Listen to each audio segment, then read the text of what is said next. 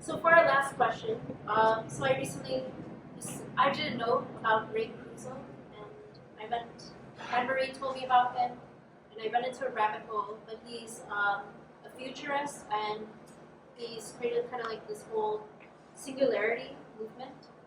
So definitely like check him out, and you will lose 8 hours of your day.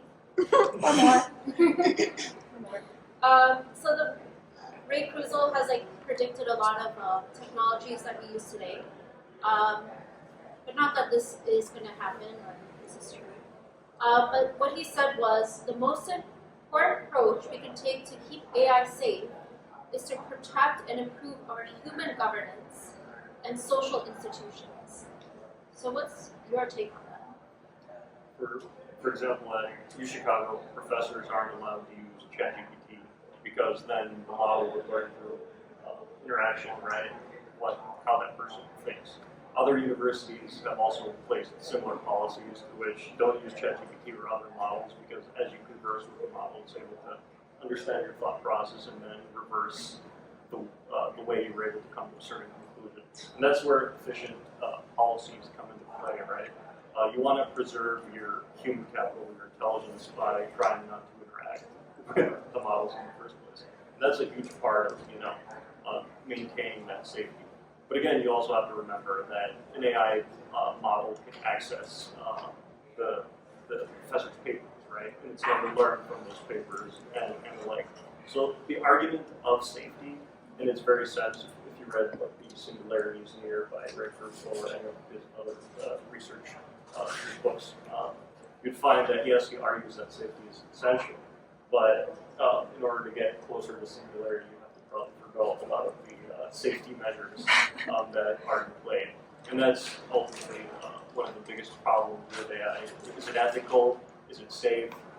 You can create policies, right? Professors can stop communicating with ChatGPT, but that doesn't mean the corporate overlords will find a way around it and train their models anyway.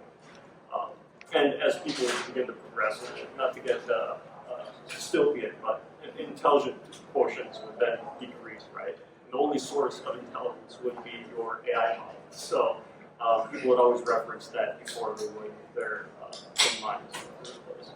But again, I guess it's a wait and see kind of game. We're all looking observers here. I don't think there's a defined answer to what potentially that could be. But in general, from my perspective, from our perspective, from some of the projects that we take a look at, there's a sense of keeping humans in the loop.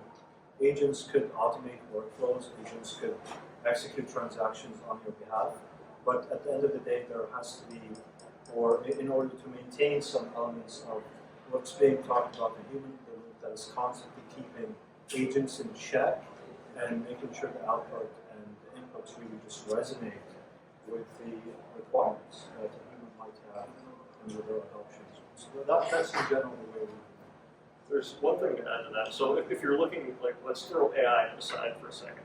A lot of algorithms that aren't AI related by any means execute on their own without human approval, right? That's how a lot of business functions. Algorithms are designed to execute regardless of what the human does because they do so in a deterministic fashion, right? But as indeterministic means that like there's only yes or no or a very clear outcome.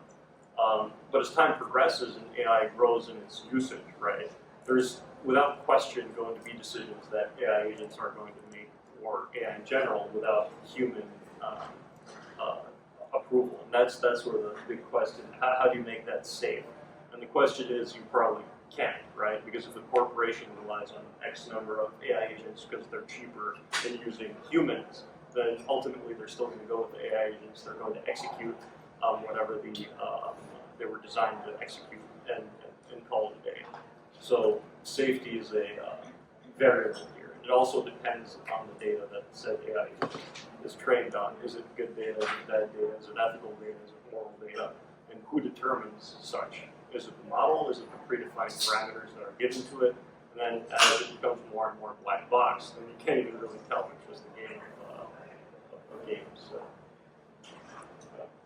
yeah, I mean, I think kind of going on that's like AI in general right now now is a very centralizing factor. There's 2-3 companies that are producing kind of state-of-the-art models in the U.S., and we have really no clue what data they're using. We don't know how the decisions are being made. We just kind of see the outputs.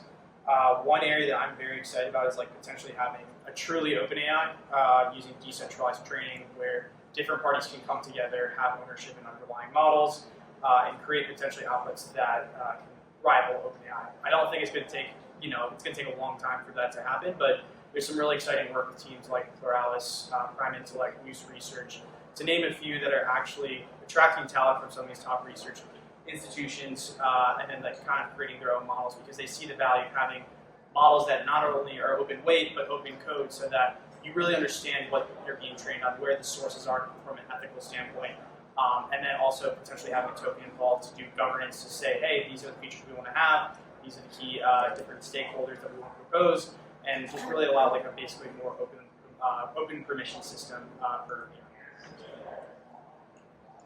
Thank you. Yeah, so I think I'll just open it up to questions. So, but yeah, thank you.